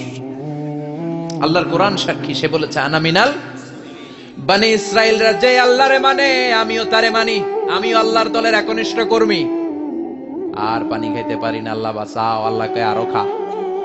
শেষ, ফেরাউন শেষ, নমরুদ শেষ, কারুন শেষ। পুরো সম্পদ সহ আল্লাহ কারুনকে জামিনের ভেতরে দাবিয়ে দিলেন। এজন্য সম্পদ যাদের বেশি, যাকাত দেওয়ার দরকার আছে না নাই? দারিদ্রতা বিমোচনের জন্য যাকাত দিবেন। যাকাতের শাড়ি লুঙ্গি এইভাবে না, অনেকে কিন্তু দেয় জাকাতের শাড়ি, জাকাতের লুঙ্গি, জাকাতের গামছা, এরকম ডাকাইত আছে না নাই? বাংলাদেশে এমনও হয়েছে জাকাতের শাড়ি দিবে বলে সে পত্রিকায় নিউজ করেছে, আর ওই শাড়ি আনার জন্য শাড়ি দিবে 5,000 মানুষ, এসেছে 5 লক্ষ। পদপৃষ্ঠ হয়ে 11 জন নারী এক জায়গায় মারা গিয়েছে। কিয়ামতের দিন আল্লাহ বিচারের কাঠ করায় এই বিজনেস ম্যাগনেটকে দাঁড়িয়ে সেদিন জিজ্ঞাসা করবে যে কেন তুই এদেরকে কষ্ট দিয়েছিলি, চিল্লা এখন ঠিক কিনা? এদের মৃত্যুর দায়ভার এই শিল্পপতি এড়াতে পারবে না। যাকাতের শাড়ি, যাকাতের লুঙ্গি বিতরণের জন্য আল্লাহ তোমারে ধনী বানায় নাই। ধনীদের দায়িত্ব হলো গরিবের হাতে সম্পদ পৌঁছে দেয়া। ও ফি আমওয়ালিহিম হাক্কুন লিসাইলি ওয়াল মাহরুম। গরিব আমার কাছ থেকে সম্পদ আর যাকাত নিয়ে সে আমার প্রতি করুণা করেছে, আমি যাকাত দেই বলে আমি কোনো দয়া দেখাই নাই। কথা বুঝতে পেরেছেন? আইডিয়াটা ক্লিয়ার করে নেন। যাকাত দেয়া আমার জন্য কি? কথা বলেন, ফরজ। আর যে যাকাত নেয় তার জন্য যাকাত খাওয়া কি ফরজ? আমি গরিব মানুষ, আমি যাকাত খাবো না, না খাইয়া থাকুম, রোজা রাখুন, কথা কন। আমার যে যাকাত নেওয়া লাগবে এমন কোনো কথা নাই, কিন্তু আমি যে ধনী আমার দিতেই হবে, এটা ফরজ। তার মানে আমি দিয়ে আমি দয়া করি নাই, ও নিয়ে আমারে বাঁচাইয়া দয়া করে গেছে। চিৎকার করে বলো ঠিক কিনা? ইসলাম বলে রাস্তার এক পাশে পাঁচতলা আর এক পাশে গাছতলা, এটার নাম ইসলাম না। খেটে খাওয়া মানুষ, সুবিধা বঞ্চিত মানুষদের দ্বারে যে তুমি যাকাতের টাকা পৌঁছে দাও। যাকাতকে ফরজ করা হয়েছে দারিদ্রতা বিমোচনের জন্য। আপনি শাড়ি লুঙ্গি দিলে কি হবে? ওরে শাড়ি দিচ্ছেন দুপুরে, রাত্রে বেলা ও আরেক জায়গায় লাইন ধরে আছে, বিরিয়ানির প্যাকেট দিতেছে ওইখানে, কথা কোন, সারাটা বছর ও যাকাতের টাকা নেবে, ওর কিচ্ছু হবে না। বরং এমন কিছু তাকে করে দিতে হবে যেটা দিয়ে সে ফ্যামিলি লিড করতে পারে। একটা সিএনজি কিনে দেন, ওই ফ্যামিলিতে কোনো যুবক থাকলে সিএনজি চালায়া, অটো চালায়া ফ্যামিলিটারে চালাবে। একটা টঙের দোকান করে দেন, চায়ের দোকান, চা বিক্রি করে ফ্যামিলিটারে চালাবে। অস্ট্রেলিয়ান একটা গাই কিনে দেন, গরুর দুধ বিক্রি করে তার ফ্যামিলি চলবে। কিংবা মাছের একটা খামার করে দেন, মুরগির খামার করে দেন, ঠিক কিনা? ওমরে ফারুক বলতেন এমন ভাবে যাকাত দাও যাতে করে যাকে যাকাত দিয়েছে জীবনে কোনোদিন সেজন্য আর কারো কাছে যে হাত পেতে যাকাতের জন্য দাঁড়িয়ে না থাকে। এই বিধানটা কার? এজন্য আল্লাহ বললেন আলহাকুমুত তাকাসুরু হাত্তা যুরতুমুল মাকাবির। দুনিয়ার লোভ লালসা তোমাদের কমবে না যতদিন না তোমরা কবরে ঢুকো। কার কথা? চিল্লায় বলেন কার? এজন্য দুনিয়ার প্রতি যে আমাদের লোভ, এটা কি বাড়াইতে হবে না কমাইতে হবে? এই দুনিয়ার জীবন এটা ক্ষণিকের। আমাল হায়াতুদ দুনিয়া ইল্লা মাতাউল গুরুর। এটা ভোগের সামগ্রী, আজ আছে কাল নাই, এটা হাতের ময়লা। দুনিয়ার এই জীবনের দৃষ্টান্ত হচ্ছে 4টা স্বর্ণের টুকরা আর 3টা লাশের মতো। স্বর্ণের টুকরা 4টা, চিৎকার করে বলেন তো কয়টা? লাশ 3টা, জোরে বলেন কয়টা? অনেক অনেক আগের যুগের 3 জন যুবক জীবিকার তাগিদে তারা বের হয়েছে কর্মসংস্থান করে খাবে। প্রতিমধ্যে তারা গুপ্তধন পেয়েছে, স্বর্ণের বার পেয়েছে, তো বড় বড় 4টা পেয়ে তারা মহা খুশি। আমাদের আর কাজ করা লাগবে না, এগুলো বেচে আজীবন খাবো, সুখে থাকবো। তো 3 জন মিলে বললো 4টা স্বর্ণের টুকরা 3 জনের মধ্যে ভাগ করে দেওয়ার আগে একজন এক কাজ কর, বাজার থেকে কিছু রুটি নিয়ে আয়, খুব ক্ষুধা লেগেছে, খেয়ে নেই। একজনরে রুটি আনতে পাঠিয়ে 2 জন মিলে ভাবে ওইটারে যদি মেরে ফেলতে পারি তাহলে তো তোর আর আমার মধ্যে কোনো ঝামেলা নাই। স্বর্ণের টুকরা কয়টা? তুই নিবি 2টা, আমি নেব 2টা। আর যেটারে রুটি আনতে পাঠাইছে ওইটা মনে মনে ভাবতেছে রুটির মধ্যে বিষ মিশাই নিয়ে যাব। কি মিশাবো? বিষ খাইয়া ওটা শেষ, সবগুলো আমার। তো বিষ মিশাই নিয়ে আসছে, আর আগের পরিকল্পনা অনুযায়ী এই 2 জন মিলে তাকে নৃশংসভাবে হত্যা করেছে। হত্যার পরে কয় প্রচন্ড ক্ষুধা লাগছে, ল আগে খাইয়া লই। 2 জন মিলে বাজার থেকে আনা বিষ মাখানো রুটি খেয়ে ওই 2টাও শেষ। স্বর্ণের জায়গায় স্বর্ণ পড়ে আছে, স্বর্ণগুলো নেয়ার মতো মানুষ আর নাই, ঠিক কিনা? এজন্য মানুষের এই চাহিদা কমবে না। বিষ্ণু বলেন লাউ আন্না লিকুল্লি ইবনে আদম ওয়াদিয়ান মিন যাহাব আহাব্বা আই ইয়াকুনা ইলাইহি ওয়াদিয়ান। আল্লাহ প্রত্যেককে, আমাদের প্রত্যেককে যদি একটা করে স্বর্ণের পাহাড়ের মালিক বানিয়ে দেয়। কয়টা করে পাহাড় দেখছেন কোনোদিন? কই দেখছেন? চিটাং গেছিলেন? এই চট্টগ্রামে গেলে দেখা যায় কি পাহাড়। এই একটা পাহাড় স্বর্ণের, এক একটা স্বর্ণের পাহাড়ের মালিক যদি আমাদের এক একজনকে বানায় দেওয়া হয়, এরপর আমরা চাবো আরেকটা স্বর্ণের পাহাড়ের মালিক কেমন করে হওয়া যায়।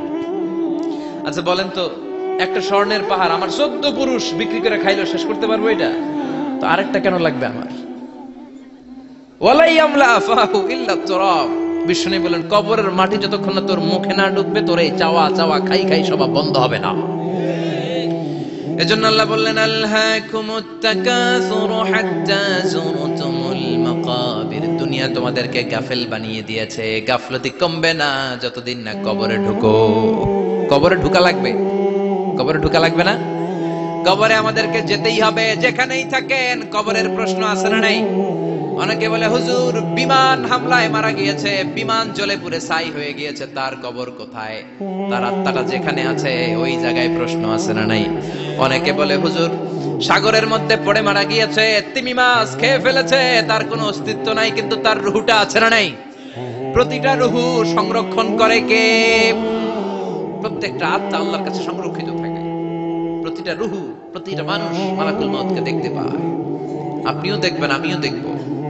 মুমিনদের কাছে এসে মালাকুল মউত একজন যুবকের বেশে সাদা ধবধবে জুব্বা পরে সুগন্ধি মেখে মুমূর্ষু ব্যক্তির শিয়রে বসে বসে বলে, ইয়া আইয়াতুহান নাফসুল মুতমাইন্না, হে প্রশান্ত আত্মা, উখরুজি ইলা মাগফিরাতুল্লাহি ওয়া রিদওয়ানি, আল্লাহর ক্ষমা আর দয়ার দিকে বের হয়ে আসো।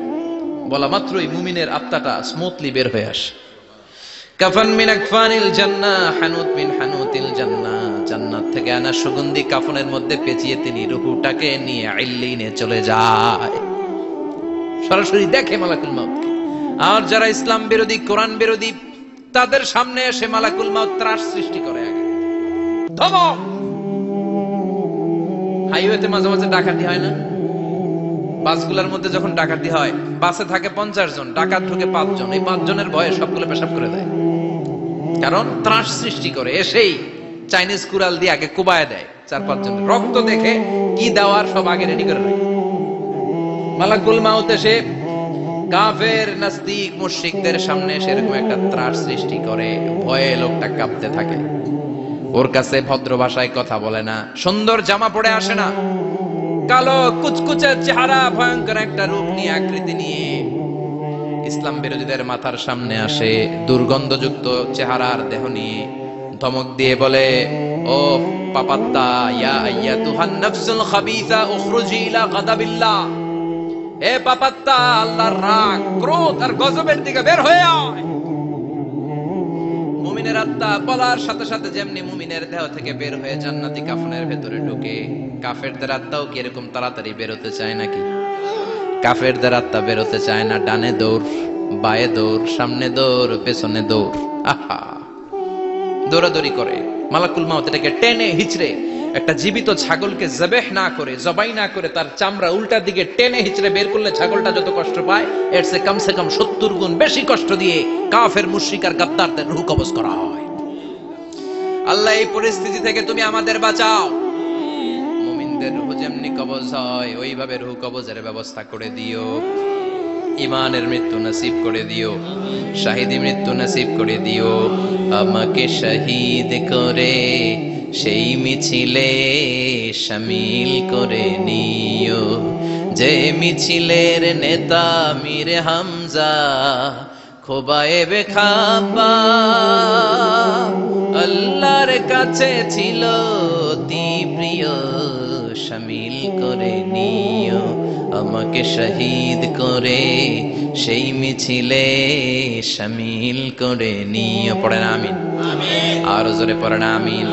তার মানে বিমান দুর্ঘটনায় হোক, কিংবা লঞ্চ ডুবিতে হোক, কিংবা আগুনে পড়ে হোক, কিংবা আত্মঘাতী হামলায় হোক, যে যেখানেই মারা যায়, কবরের 3টা প্রশ্ন তার জন্য আছে না নাই? ইসলাম বিরোধীদের জন্য প্রশ্ন 3টা, আপনারা যারা মুমিন তাদের জন্য 4টা, আপনাদের জন্য একটা বেশি। আলহামদুলিল্লাহ। কোন কবরে এসে প্রথম প্রশ্ন করবে, মুনকার নাকির যখন চলে আসবে, 40 কদম যখন আত্মীয় স্বজনরা লাশটাকে কবরের মধ্যে দিয়ে 40 কদম চলে যায়, তখনই ফেরেশতা চলে আসে। আহা, শেষ, সব শেষ। এসেই পরীক্ষা শুরু। মার রব্বুক, তোর রবের নাম কি? চিল্লায় বলেন, আমাদের রবের নাম কি? আমরা বলবো রব্বি আল্লাহ, আল্লাহ আমারে রব। দমে দমে তনু মনে তারি অনুভব। পড়েন, আল্লাহ আমারে রব, তোমার দুনিয়াতে আমি যেদিকে তাকাই অথই নিয়ামতে ডুবে আছি সবাই। পাখপাখালির গানে শুনি তসবিহ কলো রব, তসবিহ কলো রব, আল্লাহ আমার রব। প্রথম প্রশ্ন, তোমার রব কে? আমরা বলবো আমাদের রব আল্লাহ। দ্বিতীয় প্রশ্ন, ওমা দীনু, তোমার ধর্মের নাম কি? আমরা কি বলবো? তৃতীয় প্রশ্ন, বিশ্বনবীর চেহারা দেখিয়ে বলা হবে আতারিফু হাযার রাজুল, এই লোকটারে চিনো নাকি? আমরা বলবো চিনি, আমাদের প্রাণের নবী, ঠিক কি না? চাঁদের চেয়ে সুন্দর তুমি নবী আমার কমলিহি ওয়ালা, দু জাহানের বাদশাহ তুমি প্যারা নবী সাল্লে আলা, চাঁদের চেয়ে সুন্দর তুমি নবী আমার কমলিহি ওয়ালা, ঠিক কি না? তিনটা প্রশ্নের যথাযথ উত্তর যখন দিয়ে দিলেন, আপনার জন্য অতিরিক্ত আরেকটা প্রশ্ন করা হবে, ওয়ামা ইলমুক, তোমার নলেজ কি? তিনটা প্রশ্নের উত্তর যে তুমি করতে পারলা, কিভাবে পারলা, কেমনে জানলা? নকল করে বলছো নাকি জেনে বুঝে আসছো? নকল হয় না? এখন তো পরীক্ষা চলতেছে বোধহয়। কি পরীক্ষা? এসএসসি পরীক্ষা। নকল হয়? কৃষ্ণপুরে নকল নাই না? এখন মনে হয় এগুলো একটু কমছে। একটা সময় ছিল অনেক নকল হইতো।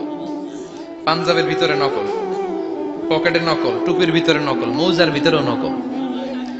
এমনকি মেয়েরাও নকল করে পরীক্ষার হলে আসে না নাই? স্কেলের মধ্যে লিখে নিয়ে যায়, হাতের মধ্যে লিখে নিয়ে যায়, ওড়নায় লিখে নিয়ে যায়, কাপড়ে লিখে নিয়ে যায়, আসে না নাই? ফেরেশতারা বলবে নকল করছো নাকি? কেমনে জানলা? তিনটা প্রশ্নের উত্তর তুমি কেমনে বললা? আল্লাহ তোমার রব, ইসলাম তোমার ধর্ম, এই লোকটা বিশ্বনবী, কেমনে চিনলা? আপনাকে তখন বলতে হবে আমি কোরআন থেকে শিখেছি, আমি হাদিস থেকে শিখেছি, আমি ইসলাম জেনে বুঝে মেনেছি, আমি আন্দাজে কোথাও ঘুরি নাই। চিল্লা এখন ঠিক কিনা? আপনাকে বলতে হবে, এজন্য শিখতে হবে, প্রতিনিয়ত ইসলাম সম্পর্কে জানতে হবে, আখের গোছাতে হবে, জীবনটাকে আলোকিত করতে হবে। চিল্লায় বলেন ঠিক কিনা?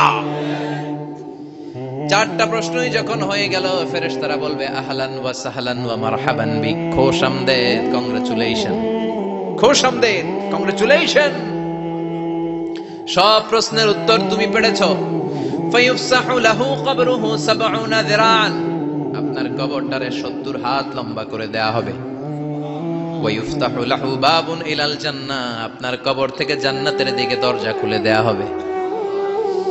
ওয়ায়ুলবাসু মিন লিবাসি আহলিল জান্নাহ, জান্নাতের দুইটা রেশমি কাপড়ের পোশাক এনে আপনারে পরিয়ে দেয়া হবে। আর বলা হবে নাম কানাউমিল আরুস, ঘুমাও, sleep, you should get some sleep now, তোমাকে লম্বা সময় পাড়ে দিতে হবে, ঘুমাও। কানাউমিল আরুস, যেমনি বর বাসর রাতে আরামসে ঘুম দেয়, বাসর রাতে যেমনি বর কনেকে নিয়ে মধুর ঘুম দেয়, তুমিও ঘুমাও, কেউ তোমার ঘুম ভাঙবে না। মালাক ইসরাফিলের, কিয়ামতের জন্য ইসরাফিলের সিংহায় যে ফুৎকার আছে, ওই ফুৎকার ছাড়া কোনো কিছুই তোমার ঘুম ভাঙাতে পারবে না। আলহামদুলিল্লাহ পড়েন। আল্লাহ আমরাও যেন চারটা প্রশ্নের উত্তর দিয়ে লম্বা একটা ঘুম দিতে পারি, পড়ে না আমিন। ওয়াম্মাল কাফির ওয়া আহলুশ শিমাল, আর ইসলাম বিরোধী যারা, তাদের সামনে আসবে মালাকান আসওয়াদান আজরাকান, কৃষ্ণ বর্ণের দেহ, নীলাভ বর্ণের দুটো চোখ, গায়ের রং কালো, চোখের রং নীল। দেখতে কেমন লাগে? আলিফ লাইলার ভূতের মতো। কথা কন, গায়ের রং কালো, চোখের রং নীল। ফেরেশতা দুইটা আসবে, এসে ত্রাস সৃষ্টি করবে, এসে বলবে বল তোর রবের নাম কি? মার রব্বুক। ইসলাম বিরোধী মুশরিক, কাফের, নাস্তিক এরা বলবে আমি জানি না আমার রবকে, আমি জানি না, আমি তো আজীবন শুধু চেয়ার করেছি, মদ খেয়েছি, আমি ধর্ষণে সেঞ্চুরি করেছি দুনিয়ার বুকে, আমি টেন্ডারবাজি করেছি, চাঁদাবাজি করেছি, আমি মাস্তানি করেছি, আমার দাপটে এলাকার ইসলাম প্রিয়রা পাশায় ঘুমাতে পারে না। আমি ছিলাম টেন্ডারবাজ, আমি ছিলাম গডফাদার, সন্ত্রাসীদের লিডার, আমি ছিলাম ডন 1 2 3 সব, আমি ছিলাম ডনের ডন, আমি ছিলাম মাস্তান, রংবাজ, রব টপ কি আমি তো জানি না। লাদ্রি লাদ্রি, আমারে জিজ্ঞেস করো না। আবার প্রশ্ন করা হবে ওয়ামা দীনুক, তোর ধর্মের নাম কি? বলবে লা আদরি, আমার কোনো ধর্ম নাই, আমার কোনো ধর্ম নাই, আমি শুধু মৌজ মাস্তিতে ছিলাম, আমি আনন্দ ফুর্তি করেছি, ইসলাম নিয়ে আমার মাথা ব্যথা ছিল না। আজীবন ইসলামরে আমি বাস দিয়েছি, চিল্লায় বলেন ঠিক কিনা। ইসলাম বিরোধীদের সাথে ছিল আমার চলাফেরা, আমার সব সাঙ্গপাঙ্গ ছিল গুন্ডা বদমাশ ইসলাম বিরোধী। রব কি, ইসলাম কি, এগুলো আমি জানি না। আমার এগুলো জিজ্ঞেস করো কেন, ধর্ম কি আমি জানি না, আমি কিচ্ছু মনে করতে পারছি না। 3 নাম্বার প্রশ্ন করা হবে, আচ্ছা আরিফ হাদার রাজুল, দেখো তো এই লোকটারে চিনো কিনা। কয় না, চিনি না, তবে মনে হয় এই লোকটারে দুনিয়ার বুকে আমি গালি দিতাম, এই লোকটার বিরোধিতা করতাম, ব্লগের মধ্যে এই লোকটার ব্যাপারে কুৎসা রটনা করতাম, এই লোকটার কার্টুন বানিয়ে আমি হিংসা ছড়িয়ে দিতাম, এই লোকটার ব্যাপারে আমি এলাকার মধ্যে অপপ্রচার চালাতাম। তাই এই ছিল তো ডিউটি। তারা এখনই আমাদের খেলা শুরু, এখনই শুরু। ফায়ুত্রাকু বিমাতারিক মিন হাদিদ, লোহার একটা হাতুড়ি দিয়ে মাথা থেকে পা পর্যন্ত পিটানো হবে, পিটিয়ে ওর গোশতর হাড্ডিগুলোকে থেতলে ফেলা হবে। ওয়ায়ুকালু লিল আরদি ইলতাইমি, কবরের দুই পাশের মাটিরে বলা হবে এবারে দুই দিক থেকে তোরা চাপ দে, চাপ দেয়া হবে। ধাক্কা ধাক্কি করেও সে সুবিধা করতে পারবে না, মাটি আস্তে আস্তে আস্তে আস্তে দেহের দুই দিকে লেগে এমন জোরে দুইটা চাপ দিবে, ফাতাখতালিফা আদলাউহু, তার ডান পাশের পাজরের হাড্ডি বাম দিকে ঢুকে যাবে, বাম দিকের হাড্ডি ডানে চলে যাবে। বিশ্বনবী বললেন এই হাতুড়ি দিয়ে পিটানোর শাস্তি, কবরের চাপ দেওয়ার শাস্তি চলতেই থাকবে হাত্তাল কিয়ামা, কিয়ামত পর্যন্ত। আল্লাহ এই কবরের শাস্তি থেকে আমাদের বাঁচাও।